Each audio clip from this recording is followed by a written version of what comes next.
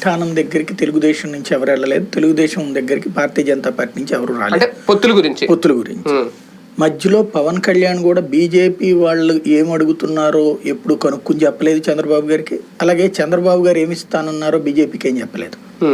ఆయన నోటితో ఆయనే జైలుకి వెళ్ళిన సందర్భంలో చెప్పారు కదా, నేను ఇంతవరకు మాట్లాడలేదు, మాట్లాడతాను. ఆ తర్వాత ఎప్పుడు ఆయన కలిసింది లేదు పవన్ కళ్యాణ్.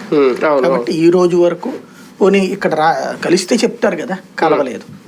కేవలం మధ్యలో ఇటు పక్కన తెలుగుదేశం పార్టీ నుండి భారతీయ జనతా పార్టీలోకి వచ్చినటువంటి సీఎం రమేష్ లాంటి వాళ్ళు, సుజనా చౌదరి లాంటి వాళ్ళు, అటు పక్కన వీళ్ళకి తెలుగుదేశంలో ఉన్న కాంటాక్ట్స్ అయినటువంటి ఎవరైతే ఆయన పేరేంటి కంబంపాటి రామ్మోహన్, ఇట్లాంటి వాళ్ళు వీళ్ళకి వీళ్ళు లెక్కలు మాట్లాడుకుని ఇట్లయితే చెప్పు నేను మాట్లాడతాను, ఇట్లయితే చెప్పు నేను చూస్తాను, అంటే నువ్వు వెళ్ళి చంద్రబాబు గారికి చెప్పు ఎట్లయితే గనక మేము మాట్లాడతామని, ఎందుకంటే బీజేపీ వాళ్ళకి గట్టిగా ఇస్తామంటే వాళ్ళు ఒప్పుకుంటారు, మేము మాట్లాడిస్తామని చెప్పడం.